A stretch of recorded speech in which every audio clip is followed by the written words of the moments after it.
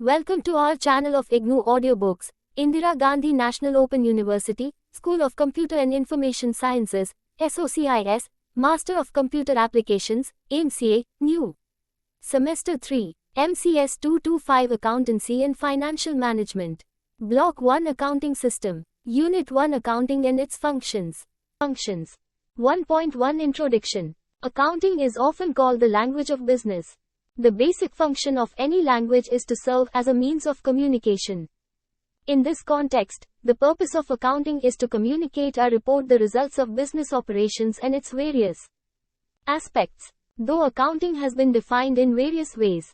According to one commonly accepted definition, accounting is the art of recording, classifying and summarizing in a significant manner and in terms of money, transactions and events, which are, in part at least, of financial character and interpreting the results thereof. Another definition which is less restrictive interprets accounting as the process of identifying, measuring and communicating economic information to permit informed judgments and decisions by the users of information. 1.2 Scope of accounting. The scope of accounting can be presented in a diagrammatic form as shown in Figure 1.1. Data creation and collection is the area which provides raw material for accounting. The data collected is "historic", in the sense that it refers to events which have already taken place. Earlier, accounting was largely concerned with what had happened, rather than making any attempt to predict and prepare for future. After the historic data has been collected, it is recorded in accordance with generally accepted accounting theory. A large number of transactions or events have to be entered in the books of original entries, journals, and ledgers in accordance with the classification scheme already decided upon. The recording and processing of information usually accounts for a substantial part of total accounting work. This type of activity of accounting may be called recordative. The processing method employed for recording may be manual, mechanical, or electronic. Computers are also used widely in modern business for doing this job. Figure 1.1 Scope of accounting. Data evaluation is regarded as the most important activity in accounting these days.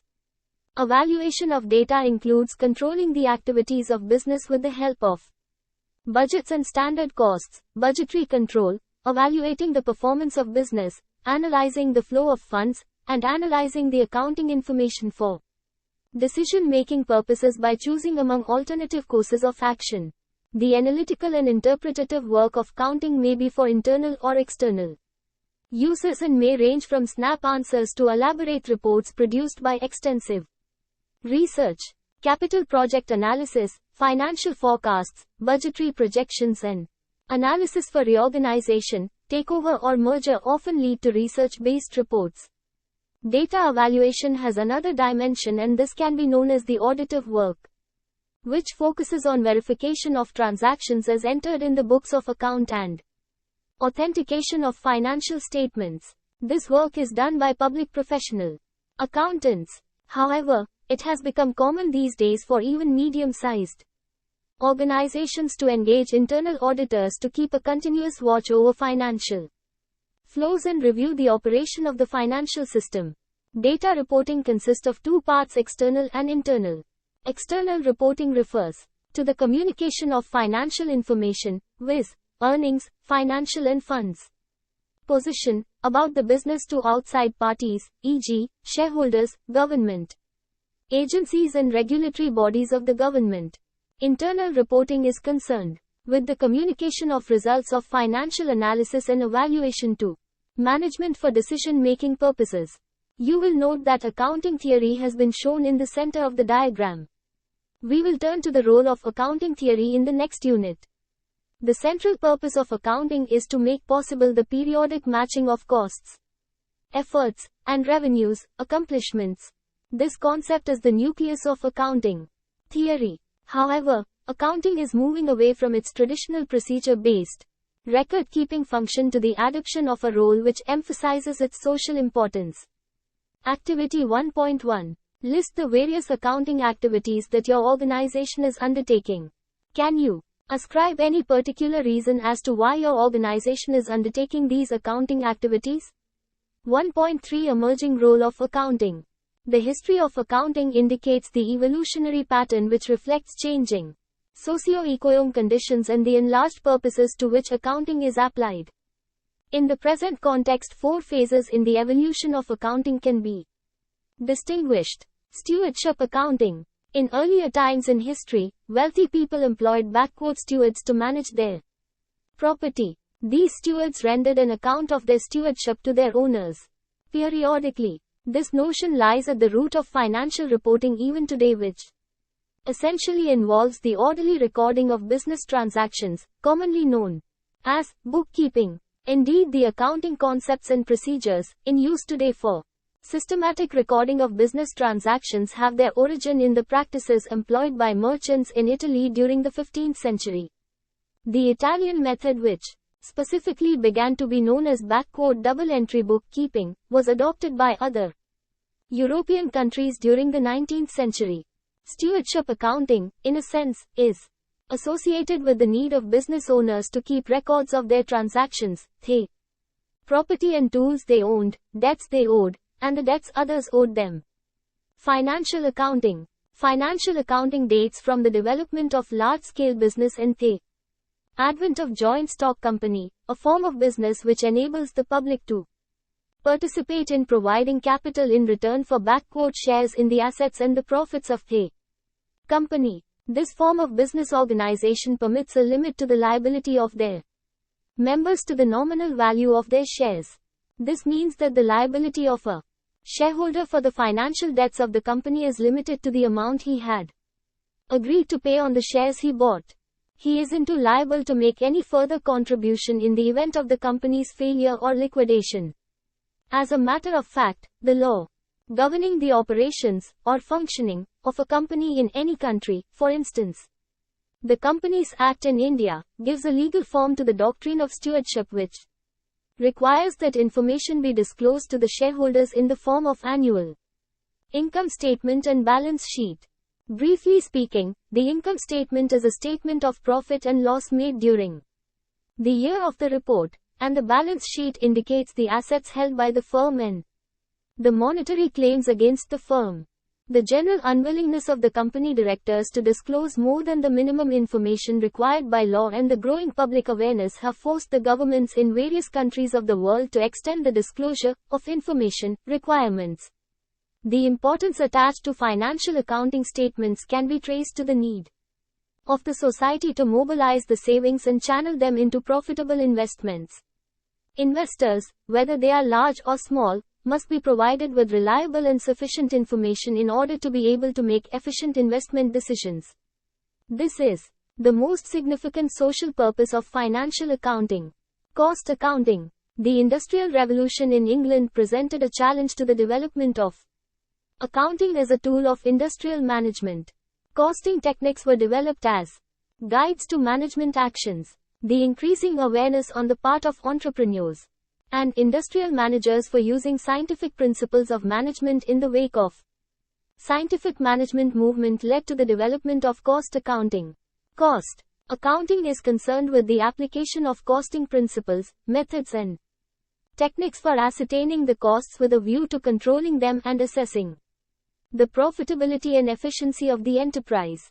Management accounting. The advent of management accounting was the next logical step in the developmental process. The practice of using accounting information as a direct aid to management is a phenomenon of the 20th century, particularly the last 30 to 40 years. The genesis of modern management, with its emphasis on detailed information for decision making, provide a tremendous impetus to the development of management accounting. Management accounting is concerned with the preparation and presentation of accounting and controlling information in a form which assists management in the formulation of policies and in decision making on various matters connected with routine or non-routine operations of business enterprise. It is through the techniques of management accounting that the managers are supplied with information which they need for achieving objectives for which they are accountable. Management accounting has thus shifted the focus of accounting from recording and analyzing financial transactions to using information for decisions affecting the future. In this sense, management accounting has a vital role to play in extending the horizons of modern business.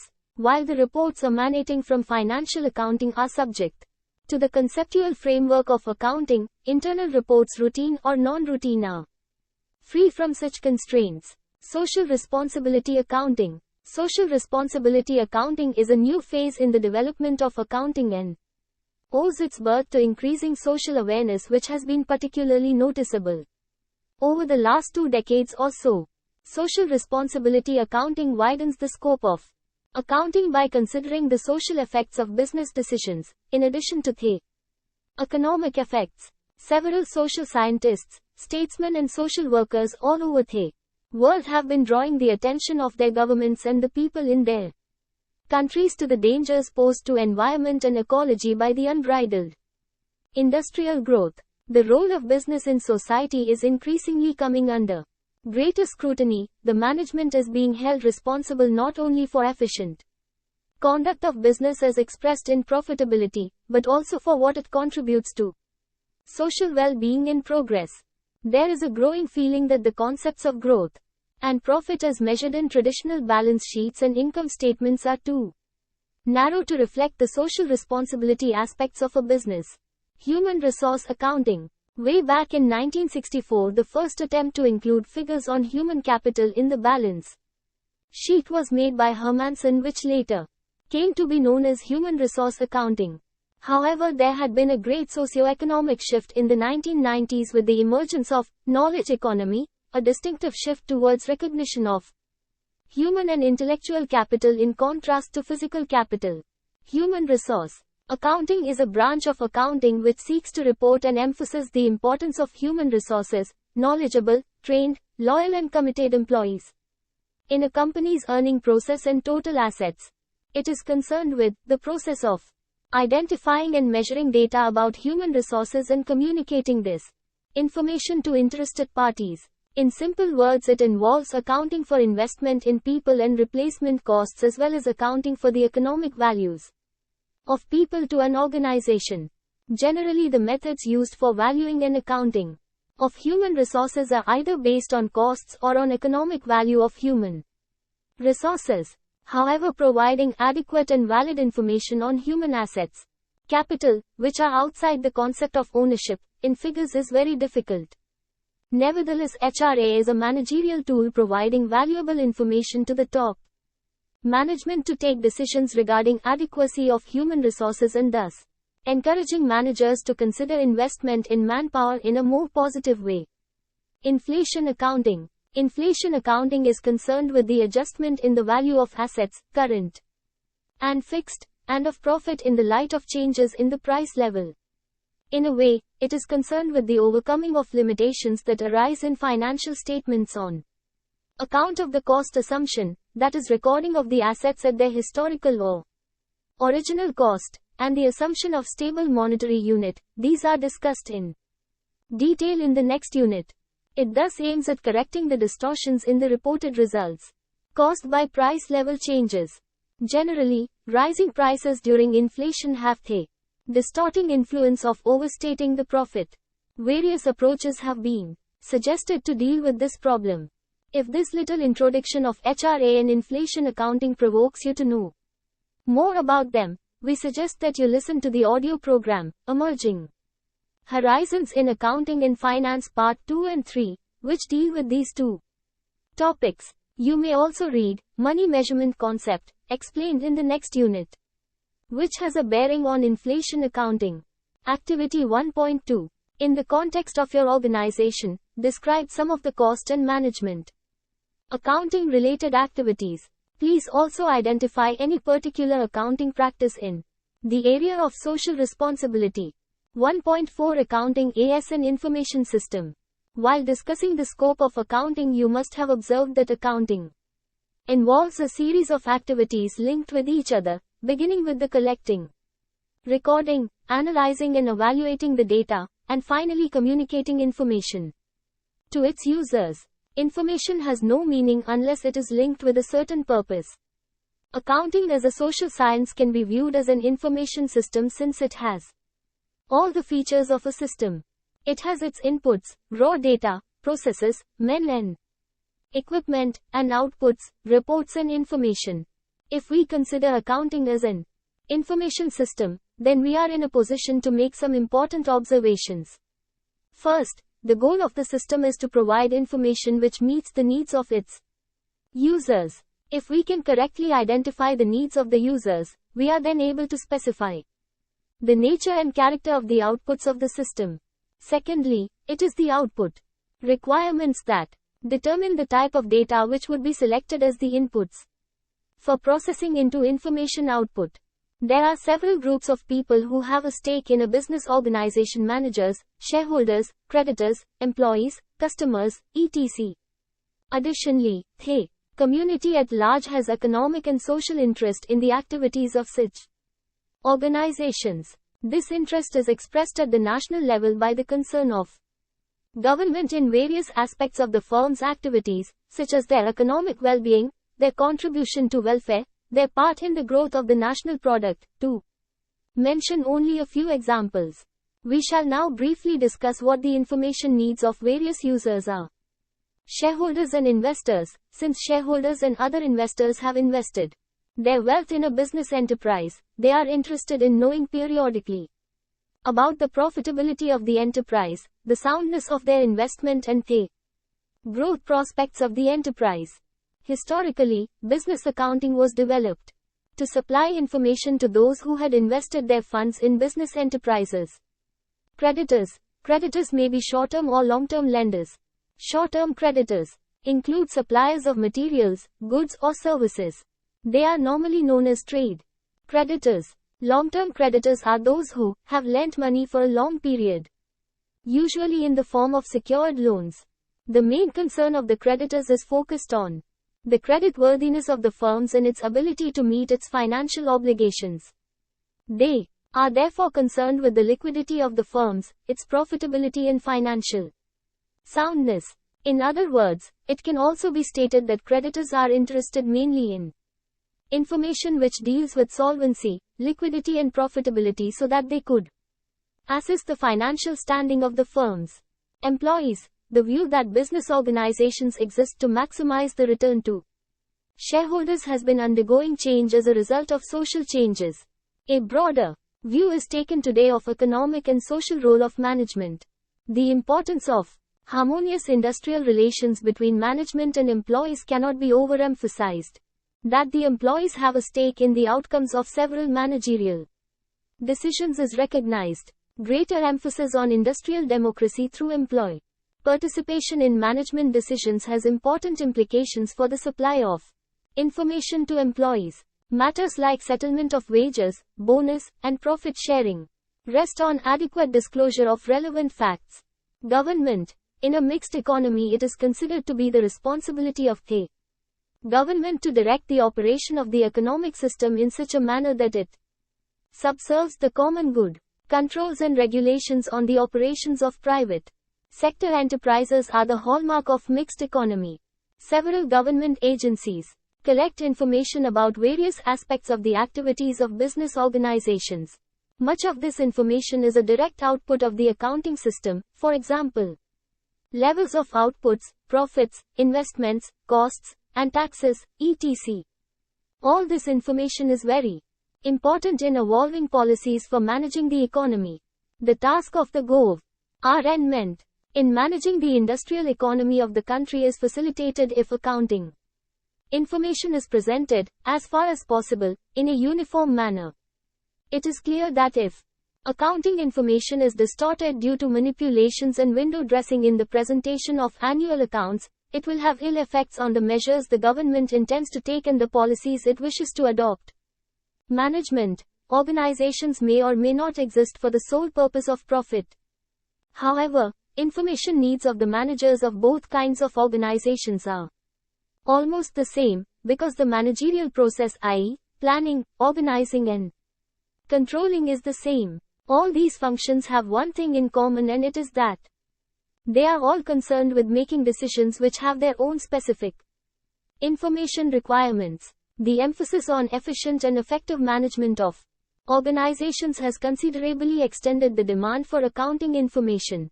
The role of accounting as far as management is concerned was highlighted earlier when we discussed about management accounting.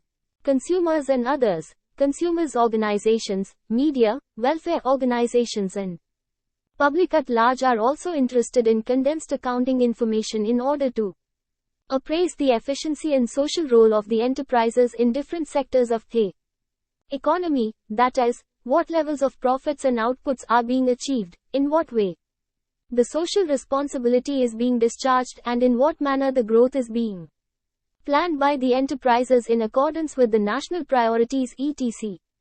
The above discussion perhaps has indicated to you that the information needs of the various users may not necessarily be the same. Sometimes, they may even conflict and compete with each other. In any case, the objective of accounting information is to enable information users to make optimum decisions. 1.5 Role and activities of an accountant.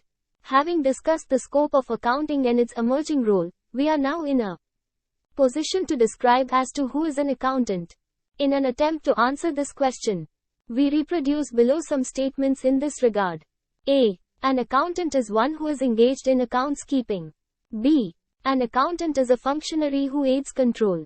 C. An accountant keeps the conscience of an organization. D. An accountant is a professional whose primary duties are concerned with information management for internal and external use. E. An accountant is a fiscal advisor. F. An accountant produces an income statement and a balance sheet for an accounting period and maintains all supporting evidence and classified facts that lead to the final accounting statements. G. An accountant verifies, authenticates, and certifies the accounts of an entity. Tell us about your reactions. Perhaps you do have your own ideas, but our thinking is that each of the foregoing statements contains some truth in it as it highlights some aspects of the functions of an accountant, except one statement which presents a somewhat comprehensive view. Can you identify this statement? We will help you in doing this. Statement A defines a person who maintains accounts. Statement F echoes almost a similar notion but extends his role to the production of financial statements. The work implied in these statements is that of scorekeeping, and the person performing such activity is known as a financial accountant or maintenance accountant. Statement B is about the role which an accountant can play in the management control process. It is concerned with attention directing in problem solving. The functionary may be designated as management accountant or a controller as in the United States. Statement A underlines a narrow, specific role of an accountant, though of critical significance. In view of high incidence of taxes on business in India, tax planning assumes a vital role in fiscal management. By planning the operations of the enterprise in a particular manner, the tax advisor attempts to minimize the liability of the firm by availing the concessions and incentives provided for in the applicable tax laws. Statement G stresses the audit, watchdog, or certification role of the accountant, who is not an employee of a business but who performs an external verification of accounts. Such a functionary is a trained and qualified professional who, like any other professional, has an educational status and a prescribed code of conduct.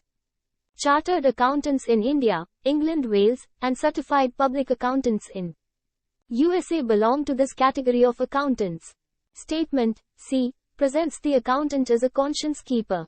He is seen as a person whose mission is to protect and promote the interest of the employer in a positive manner. He is there to see to it that none of the staff of the organization carries on this work in an unethical way or in a manner prejudicial to the long-term legitimate interests of the firm. We are now left with statement D, which defines an accountant as a professional and underlines his preoccupation with the management of information for internal use, management accounting function, and for external use, financial accounting function. We are sure our discussion of accounting as an information system has made it easier for you to comprehend this role of the accountant. We may clarify that information management is not necessarily associated with sophisticated or high-tech area of computers. Small firms may manage, information without a substantial degree of mechanization or automation. Often the role of accounting in small businesses not properly recognized. It is widely known that a large number of small businesses fail and do not survive beyond a few years. One of the main reasons for their failure is that they do not have an adequate information system to help their managers to control costs, to forecast cash needs and to plan for growth. Organizations which have poor accounting system often find it considerably difficult to obtain finance from banks and outside investors. 1.6 Accounting personnel. There is hardly any organization which does not have an accountant. His role is all pervasive and he is involved in a wide range of activities, particularly in a large and complex organization. The exact duties of an accountant might differ in different organizations. However, a broad spectrum of responsibilities can be identified. The accountants can be broadly divided into two categories: those who are in public practice and those who are in private employment. The accountants in public practice offer their services for conducting financial and/or cost audit.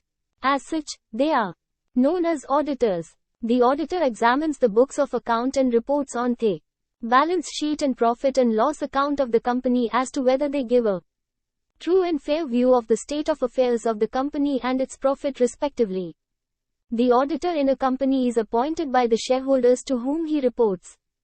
Public accountants are generally members of professional bodies like the Institute of Chartered Accountants of India or the Institute of Cost and Works Accountants of India. In addition to conducting financial or cost audit, in accordance with the requirements of the Companies Act, as the case may be, they may also provide consultancy services for designing or improving accounting and management control systems. Accountants in employment may be in various business or non-business organizations to perform a variety of accounting and management control functions. Accountants at higher levels generally belong to professional accounting bodies, but those who are at lower levels need not be so. Accounting chiefs in different organizations, depending upon their nature of work, are variously designated as finance officers or internal auditors or chiefs accounts officers, etc. The term "controller" as the head of the accounting and finance function is not very popular in India, but of late it has been catching up. Several large organizations, both in the public and private sectors, have now controllers. Let us have an idea of who these people are and what they do. Internal auditor. Internal auditor is an employee of the organization in contrast to an external auditor who is paid a fee for his services. The internal auditor is responsible for performing monitoring activities and other services, including designing and operating the system of internal control, auditing the data reported to the directors of the company, and assisting external auditors. The head of the internal audit function reports directly either to the chief executive or to the audit committee of the board of directors. Internal audit includes continuous verification of entries appearing in the books of account with the original vouchers and proper accounting of assets. Further, it attempts to ensure that the policies and procedures regarding financial matters are being complied with. Internal auditing is also concerned with administering the system of internal checks so that mistakes, innocent or intentional, are prevented from taking place. We should distinguish an internal auditor from an external auditor. While an internal auditor devotes his entire time and energy to the needs of own company, i.e., his employer, an external auditor serves many clients. The primary function of the external auditor, as pointed out earlier, is to safeguard the interests of the shareholders, by whom he is appointed, by an independent and impartial appraisal of the financial transactions of the company so that he could report on the net profit earned by the company and its financial position. His role is that of an objective outsider, expressing expert opinions to the financial condition and operating results of the client's business. Apart from shareholders, other parties such as banks, lending institutions, government agencies, etc. rely on the fairness of such financial reports in making certain decision about a given company. An auditor is bound by a set of professional regulations which include an examination on technical competence and adherence to a code of ethical conduct. Controller. Controller, the other name for chief accountant, is usually the head of the whole area of accounting, including internal audit. He is overall in charge of all the activities comprising financial accounting, cost accounting, management accounting, tax accounting, etc. He exercises authority both for accounting within the organization and for external reporting. The external reports include reports to government revenue collecting and regulatory bodies, such as Company Law Board and Income Tax Department. He may also supervise the company's internal audit and control systems. In addition to processing historical data, he is expected to supply a good deal of accounting information to top management concerning future operations, in line with the management's planning and control needs.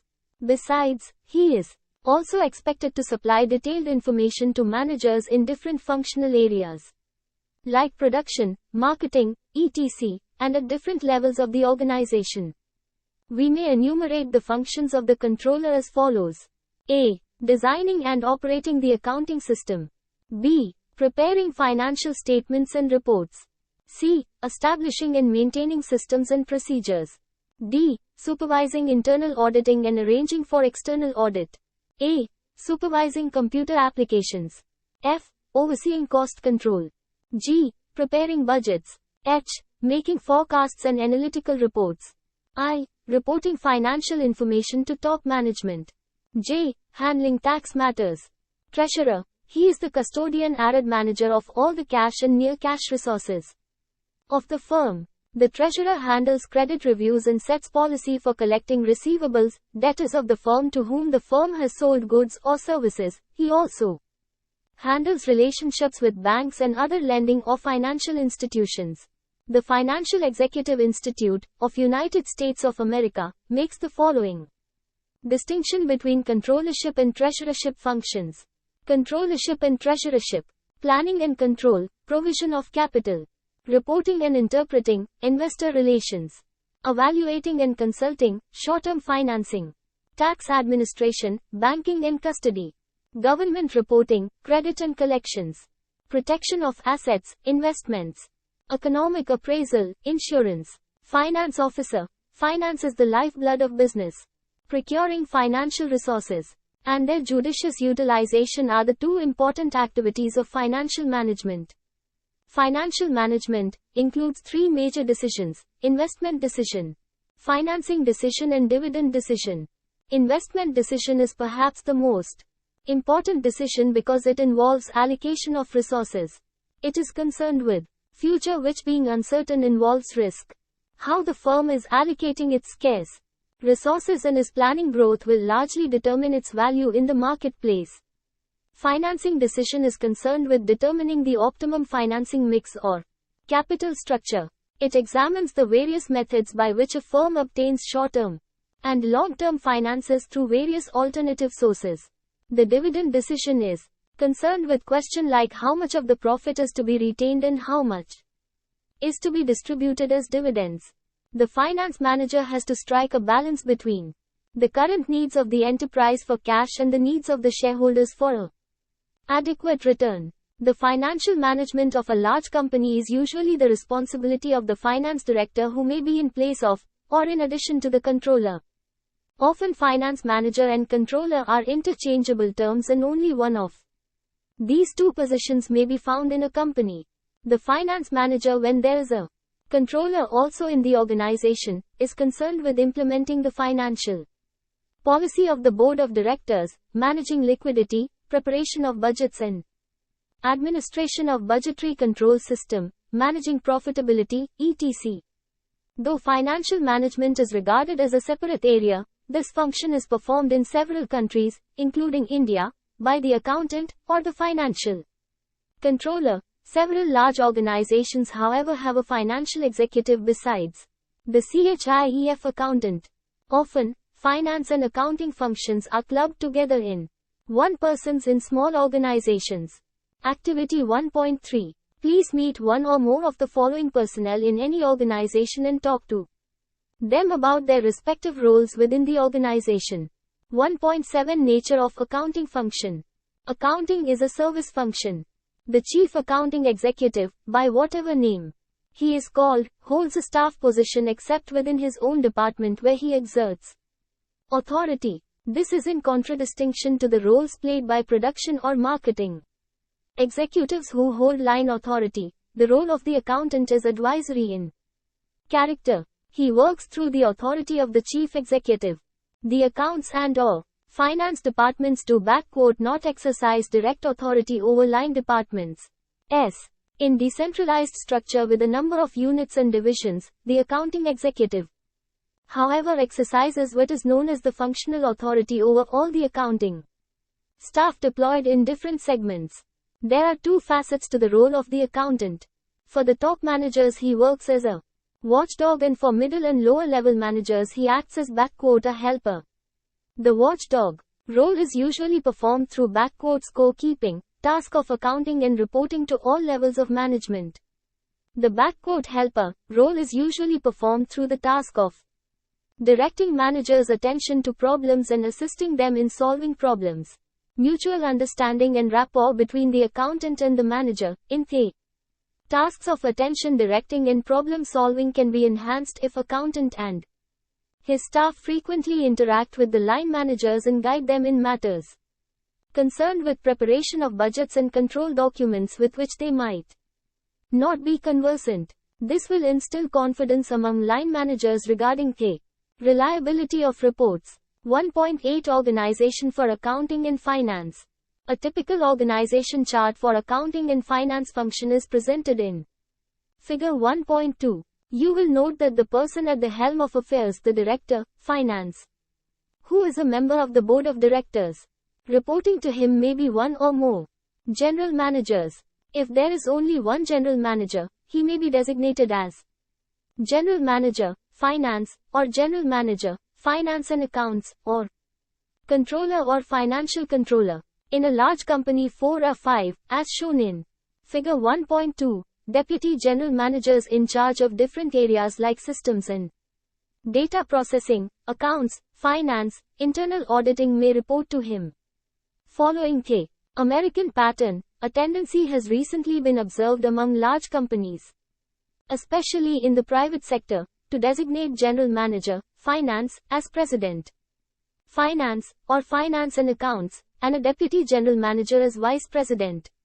Each of these deputy general managers is assisted by a number of senior managers who look after different components of similar activities, e.g., financial, accounting, tax planning and administration, management auditing, etc. In decentralized structure with a number of units and divisions, the accounting executive, however, exercises what is known as the functional authority over all the accounting staff deployed in different segments. There are two facets to the role of the accountant. For the top managers, he works as a watchdog, and for middle and lower level managers, he acts as a helper. The watchdog role is usually performed through scorekeeping, task of accounting and reporting to all levels of management. The helper role is usually performed through the task of directing managers' attention to problems and assisting them in solving problems. Mutual understanding and rapport between the accountant and the manager, in the tasks of attention directing and problem solving, can be enhanced if accountant and his staff frequently interact with the line managers and guide them in matters concerned with preparation of budgets and control documents with which they might not be conversant. This will instill confidence among line managers regarding the reliability of reports. 1.8 Organization for Accounting and Finance. A typical organization chart for accounting and finance function is presented in Figure 1.2. You will note that the person at the helm of affairs, the director, finance, who is a member of the board of directors. Reporting to him may be one or more general managers.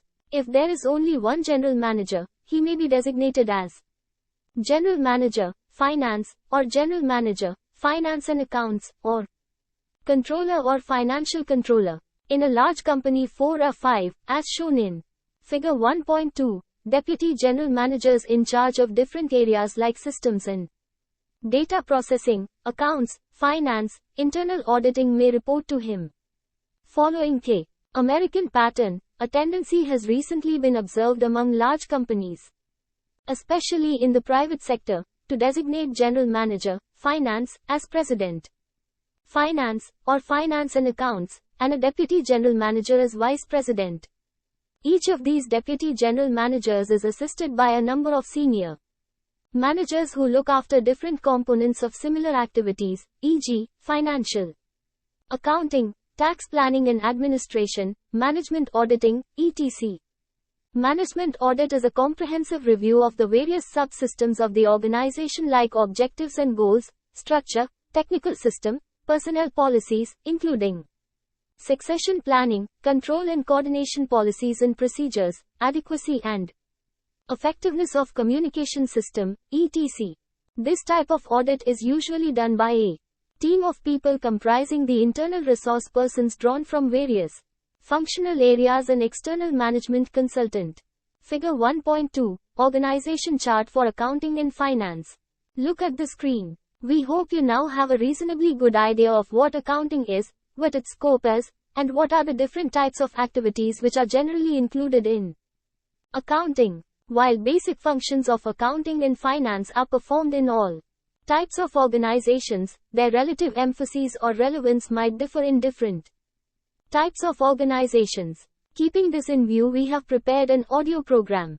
Accounting and finance function in different types of organizations, and we suggest that you listen to this tape. This will not only augment your familiarity with the basic aspects and functions of accounting but will also develop your appreciation for relative divergencies. 1.9 Summary. Accounting is an important service activity in business and is concerned with collecting, recording, evaluating and communicating the results of past events. The history of accounting development reflects its changing role in response to the changing business and social needs. With the emergence of management accounting, the focus of accounting has been shifting from mere recording of transactions to that of aiding the management in decisions. Accounting can be perceived as an information system which has its inputs, processing methods and outputs. The usefulness of accounting lies in its capacity to provide information to various stakeholders in business so that they could arrive at the correct decisions. The top accounting personnel are designated with various nomenclature. The practice in this regard differs in different companies.